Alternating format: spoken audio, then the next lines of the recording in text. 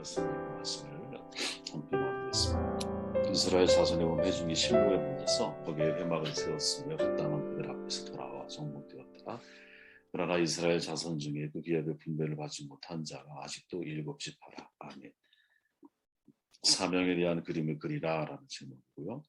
사명에 대한 그림을 그릴 때 어디서부터 시작을 해야 할까? 그것은 하나님이 나에게 주실 땅이 아니라 이미 나에게 주신 땅에서부터 시작을 해야 한다라는 거예요. 여호수아 18장은 땅을 정복하지 못하고 있는 남은 7지파에 관한 이야기죠. 우리가 앞에서 유다 지파, 또 므낫세 반지파, 또 에브라임 지파, 이 세 지파가 땅을 분배받고 정복하는 과정을 다뤘잖아요. 남은 7지파는 땅을 아직 정하지도 못하고 시도도 하지 못하고 있다라는 거죠. 우리가 잘 알다시피 갈렙이 섭한 유다 지파는 적극적으로 기업을 정하고 정복을 했어요, 그죠?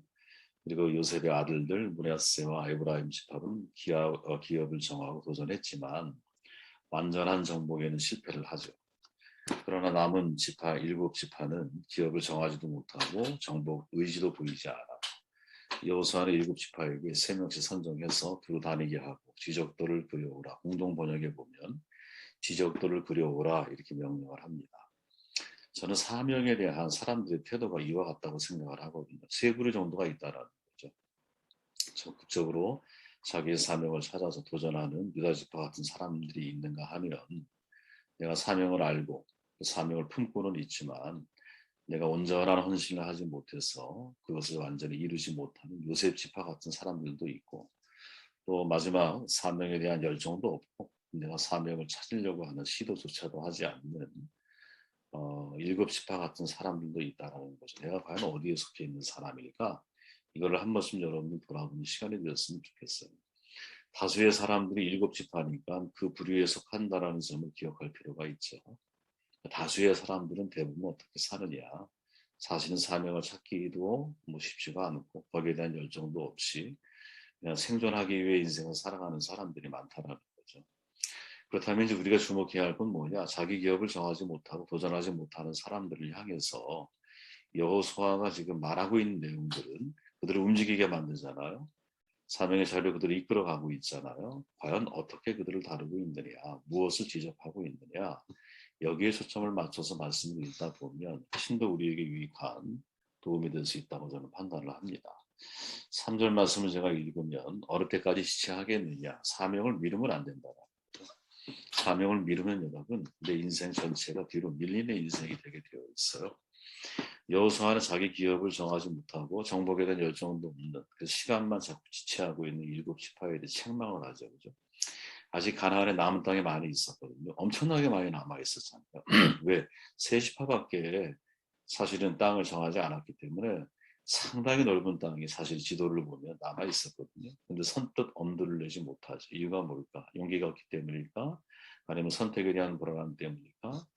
참 이유를 정확하게 성경은 밝히지 않아요. 근데 어쨌든 중요한 것은 이들은 단 한 걸음도 나아가지 못하고 있고 시간만 지금 허비하고 있다라는 거죠.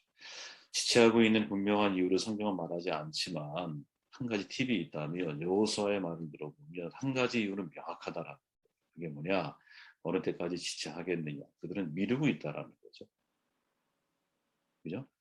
그들의 속내는 몰라요. 모르는데 여호수아의 말을 미루어 생각을 해보면 너 어느 때까지 지체할 거야? 그러니까 미루는 인생을 살고 있다라 계속 미루고 있다라는 거죠. 그들은. 아마도 그들 중에 누군가는 광야를 벗어난 것만으로도 행복하다. 야, 노예 생활을 하지 않는 것만도 행복한 거 아니야? 이렇게 생각했을지 몰라요. 누구나 사실은 각자의 삶에 안주하는 지점이 있다라는 거죠. 많은 그리스도인들이 생존하는 삶에 안주해요, 사실. 교회 다니는 것만 가지고도 내가 신앙생활 잘하는 것 같고 주일예배 출석만 잘해도 뭐 그 정도면 내가 되지 않을까 이렇게 생각하기 쉽고 또 1, 2년 지나면 직분 주잖아요. 그럼 적당한 직분을 내가 감당하는 거 거기에 내가 만족하고 안주하려고 그래. 관리인으로 자꾸 바뀌는 거죠. 절대 여러분 직분은 관리인이 아닙니다. 여러분. 직분은 사명의 일이에요. 내가 하나님이 나에게 주신 사명을 발견하고 직분 속에서 그 사명을 이루려고 하는 마음 태도를 가져야 되는 것이지 내가 이것이 나에게 있어서 이제 내가 머물러야 할 자리라고 자꾸 생각하면 안 되라는 거지. 그러니까 현실 안주라고 하는 것은 여러분 사명의 아주 무서운 적입니다. 우리는 늘 말하잖아요. 하나님의 창조의 목적대로 사는 것, 이게 정말 인간의 인생의 중요한 초점이다. 그러나 그 목적을 찾지는 않거든요. 가만히 보면 우리는 하나님의 부르심, 택하심이 있다는 거 믿고 있고 말하고 있잖아요. 이게 성경에 나와 있으니까. 우리는 모두 청직이라는 사실을 다 인정을 해요. 그런데 정작 부르심의 자리, 청지기에게 맡겨진 각자의 주어진 사명, 여기에 대해서는 대단히 무심하다라는 거죠. 그렇게 가장 결정적인 순간이 찾아오면 현실에 내가 안주하는 자로 전락하는 거예요. 사명을 미루거나 아니면 이 일곱 지파처럼 사명을 품고 죽는 신앙인의 삶을 나도 모르게 살아가는 거죠. 대단히 무서운 적이라고 저는 생각을 해요. 어느 때까지 지체하겠느냐, 어떤 일을 하건 미루는 버릇이 습관화되어 있다면 이거는 사실 영적인 게으름이라고 우리 자신을 한번 돌아봐야 되거든요. 게으름 되게 무서운 거잖아요. 왜? 예수님이 악하다라고 평가한 게 별로 없는데 그 중에 하나가 뭐냐면 이 악하고 게으른 종아, 게으름에 대해서 되게 악하다라고 좀 평가하시거든요.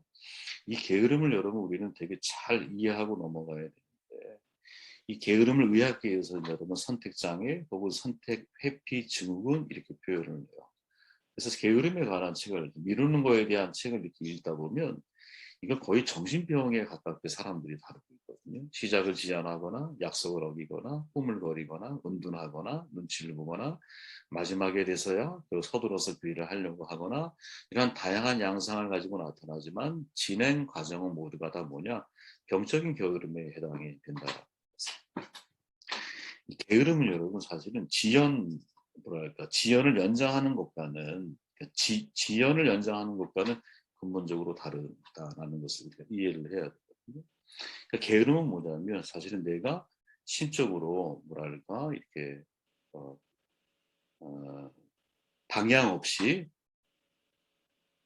중요한 일을 내가 미루고 이 게으름은 실수 없이 늘 바쁘고 능력은 있지만 도전하지 않는 모습으로 나타나기 때문에 게으름에서 시작된 피해는 특정한 영역에만 머무르는 것이 아니라 삶 전체를 넘어지게 만들고 우리의 삶을 피폐하게 만들거든요. 그러니까 우리가 이거를 대단히 조심해야 한다는 거예요. 여러분 독일의 저널리스트인데 결정장애 세대라고 하는 책을 쓴 사람이에요. 올리버라고 하는 사람. 이 사람이 뭐라고 말하냐면 우리는 병적으로 결정을 이루는 결정장애 세대를 살아가고 있는 세대라고 이야기를 해요. 참 중요하게 우리가 좀 생각해 봐야 한다고 생각을 하는데 결정장애가 뭐냐 자기 결정이 부족하고 어정쩡한 특징을 가지고 있는 그러한 세대가 지금 저와 여러분 우리 이제 50대 60대 예를 들어 이런 세대 말고 2012년에 이 말이 나온 거니까 그 당시에 20대 30대 그 세대를 가리켜서 이게 어느 한 특정한 지역에서만 나타나는 현상이 아니라 전 세계적으로 놓고 볼 때 20대 30대의 사람들의 특징이 뭐냐면 결정을 잘 못한다라는 거예요. 결정을 못한다라는 거예요. 근데 이 결정을 잘 못하라는 것은 게으름하고 우리가 혼동하기 쉽잖아요. 지연, 행동, 내 행동을 자꾸 지연시키는 것은 아까 이걸 말하려고 했던 거야. 내 행동을 자꾸 지연을 하려고 하는 것과 게으름은 같은 게 아니에요. 게으름은 내가 단순히 나태한 마음에서 나오는 거라면 지연 행동은 왜 자꾸 사람들이 지연을 하게 되느냐? 이 사람이 그 세대를 자꾸 연구를 해보았더니 대부분의 많은 사람들, 많은 아이들의 특징이 뭐냐면 완벽주의 성향을 가지고 있기 때문에 그렇더라. 완벽해야만 내가 움직이겠다라는 거지. 뒤집어 말하면 완벽하지 못하면 안 하는 것과 다름이 없는 마음을 가지고 있어. 완벽하지 못하고 완벽이 나에게 보이지 않고 그 길이 안전해 보이지 않으면 내가 쉽게 그 길을 도전하거나 개척정신을 가지고 뛰어든다는 게 너무나 쉽지가 않다라는 거죠. 완벽하지 않으면 아무것도 못한다라는 거. 여러분 사실 우리도 그런 마음이 있거든요. 우리가 예를 들어 사명의 길을 생각을 할 때 그 사명의 길이 완벽해 보여야 되거든. 내가 이 길을 걸어가는 모든 길들이 안전하게 보여야 되거든요. 그래야 사실은 그 길을 뛰어들고 걸어가는 것이 우리한테 쉬울 수 있거든요. 근데 거의 제가 볼 때 대부분의 사명의 길은 미지수야, 미지수. 미지수라고 여러분. 그런 점에서 매입이야. 아마도 내가 이 길을 가면 어떻게 될지 사실 선택하기가 너무나 어려운 거거든요. 근데 가만히 생각해 보면 완벽하지 않으면 아무것도 못하는 것, 이거는 신앙의 장애물이 될 수 있다라는 거죠. 완벽하지 못하면 아무것도 못한다면 여러분 생각해 보세요. 아브라함은 결코 고향을 떠나 가나안에 걸어갈 수 없었을 거예요. 왜? 그는 본 땅이 아니에요. 앞으로 보이실 땅을 향해서 하나님이 가라는 명령을 하시거든요. 근데 그 첫 발을 내딛어요. 완벽하지 않아요, 여러분. 완벽하지 않은 가운데 첫 발을 내딛고 가는 거야. 그죠? 여러분, 모세는 지팡이 하나 들고 애굽의 바로왕을 만나러 나아가잖아요. 만약에 그가 완벽한 가운데서 그 일을 하려고 했다면 사실은 그건 너무나 황당한 사실의 선택이거든요. 대제국의 황제 왕을 만나러 가는데 지팡이 하나 들고 내가 가는 거야. 그가 들은 것은 내 백성을 이끌어낼 거라. 이 하나님의 약속은 받고 가는 거예요. 어떤 방법으로 어떻게 이끌어내시게 될지 10가지 재앙을 미리 보고 간 게 아니라니까. 홍해가 갈라질 것을 미리 알고 가는 게 아니라니까.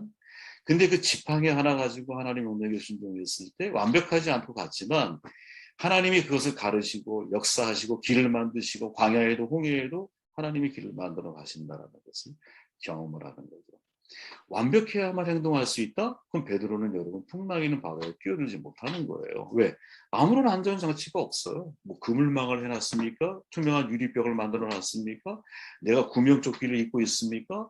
그 다음에 어떤 일이 벌어질지에 대해서 전혀 불투명한 가운데 있는 거거든요.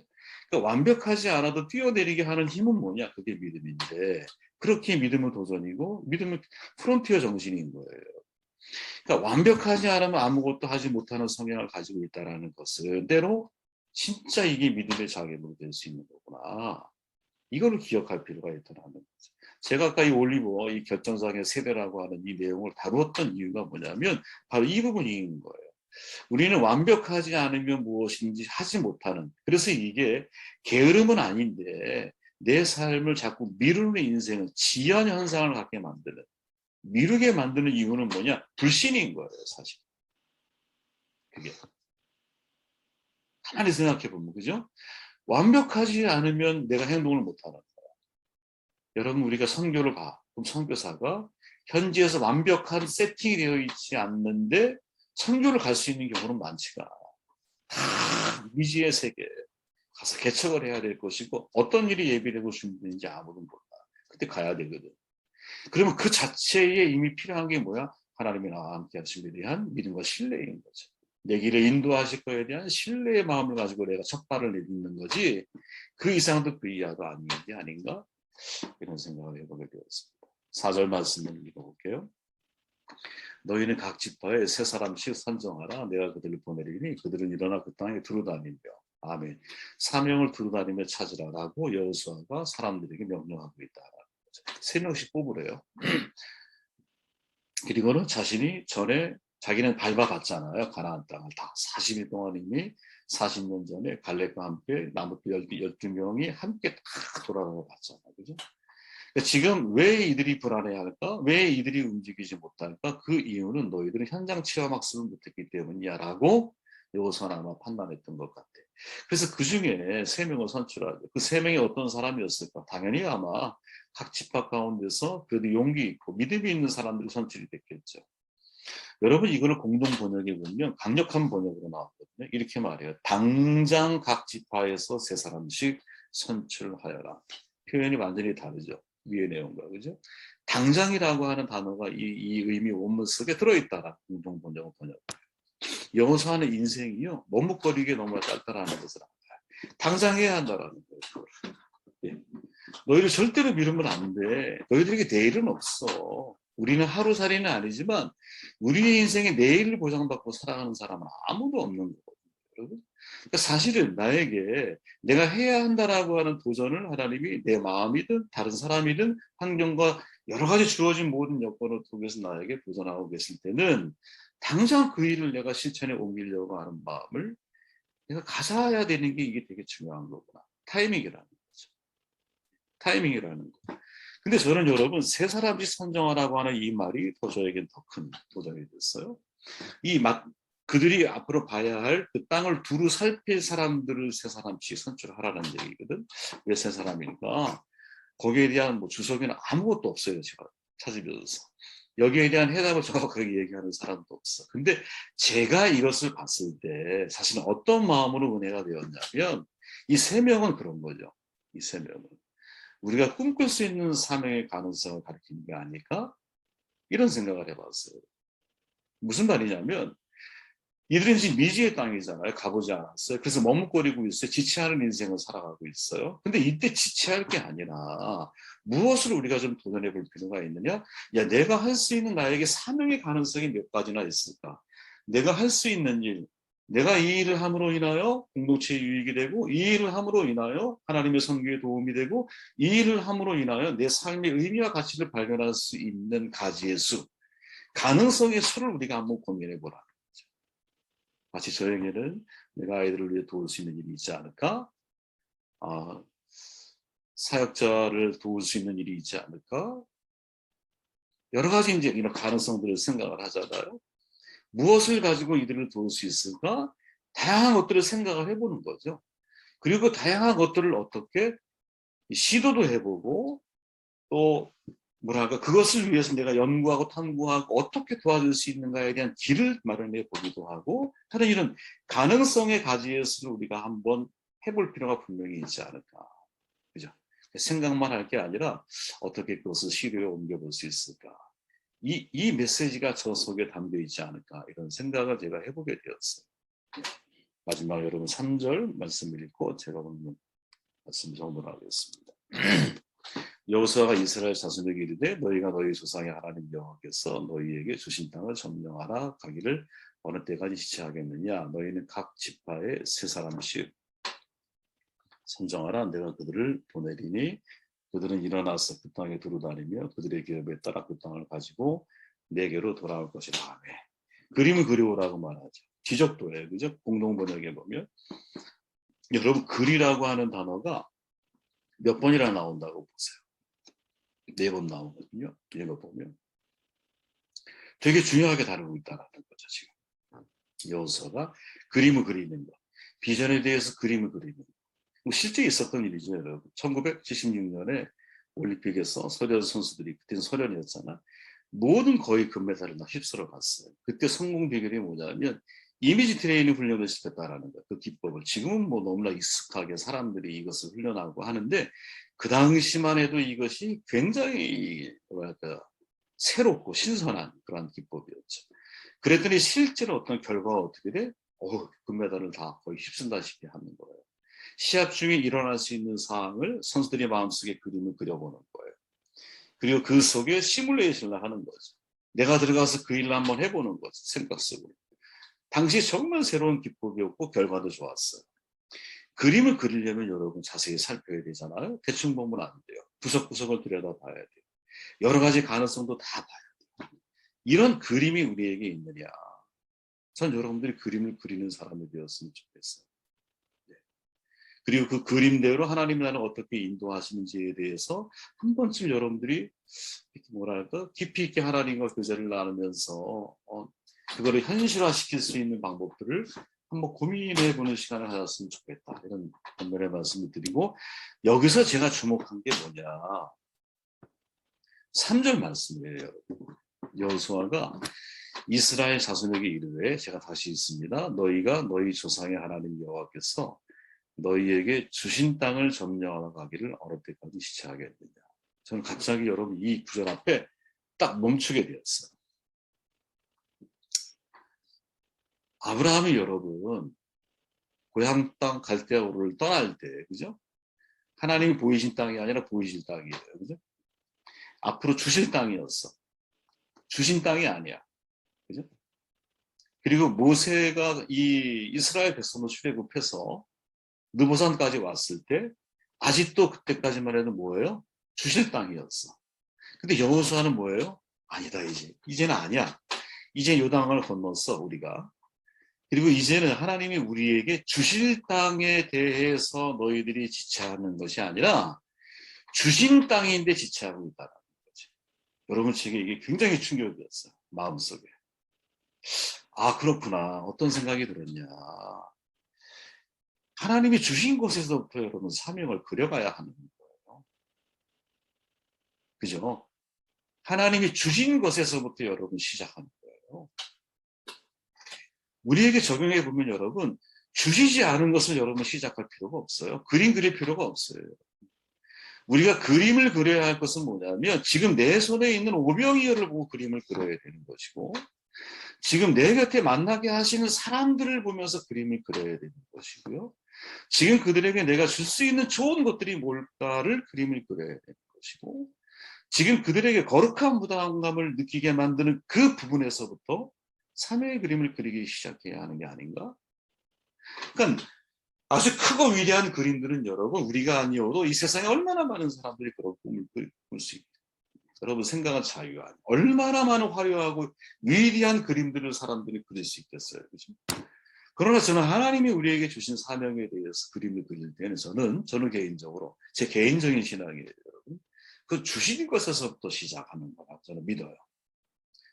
그게 아무리 작아 보여도 여러분 그 작은 일이 하나님의 위대한 일들을 이루어내는 귀한 도구로 하나님의 방법대로 쓰인 나의 사명이 아니잖아. 하나님이 내게 주신 사명이지. 내 그림이 아니잖아요. 하나님이 나를 통해 이루어가기 원하시는 그림이지. 내가 그림을 그리는 게 아니라 그림 속에 나는 퍼즐이잖아요. 그러면 하나님이 나를 통해서 맞춰가기 원하시는 큰 그림 속에서 나의 역할이 뭘까? 항상 이 질문을 해야 되는 거. 여러분 어거스틴이 회심한 거 알죠? 어떻게 회심합니까? 탕자처럼 인생을 살아갈 때. 그죠? 길 가는데 먼지 속에 종이 하나를 잡아 종이를 봤더니 성경 구절 하나가 쓰여 있었어요. 그 구절의 내용이 뭐예요? 술 취하지 말라 이는 당한 것이니 오히려 성령의 충만을 받으라. 그 말씀이 가슴을 찔러서 회심을 했다 그래요. 자 여러분, 우리는 위대한 어거스틴이 회심한 거에 대해서 몰라요. 근데 저는 그거보다 더 중요한 게 있다고 봐요. 그게 뭐냐? 도대체 그 종이를 만든 사람이 누구지? 어느 날 제가 그런 질문을 던지게 됐다는 거예요. 야, 그 종이가 없었으면 어거스틴이 회심 안 했을 거 아니에요. 더 지연됐을 거 아니에요. 그죠? 그 종이에 성령 말씀을 써서 그거를 통해 사람들에게 전달하려고 했던 사람은 무명이에요. 누군지 몰라. 그러나 그 사람의 작은 수고든 큰 수고든 간에 그 수고를 통해서 어거스틴이 회심의 자리에 돌아왔다는 것이에요. 여러분 바울을 위대한 사명의 자리에 세운 것은 아나니아잖아요. 한 번밖에 등장하지 않아요. 그것도 아주 짧은 시간이에요. 아나니아. 그죠? 짧은 시간 바울에게 너 이방인을 택한 하나님의 그릇이야. 너 하나님이 그렇게 쓸 거야. 라고 말하고 역사에서 사라져.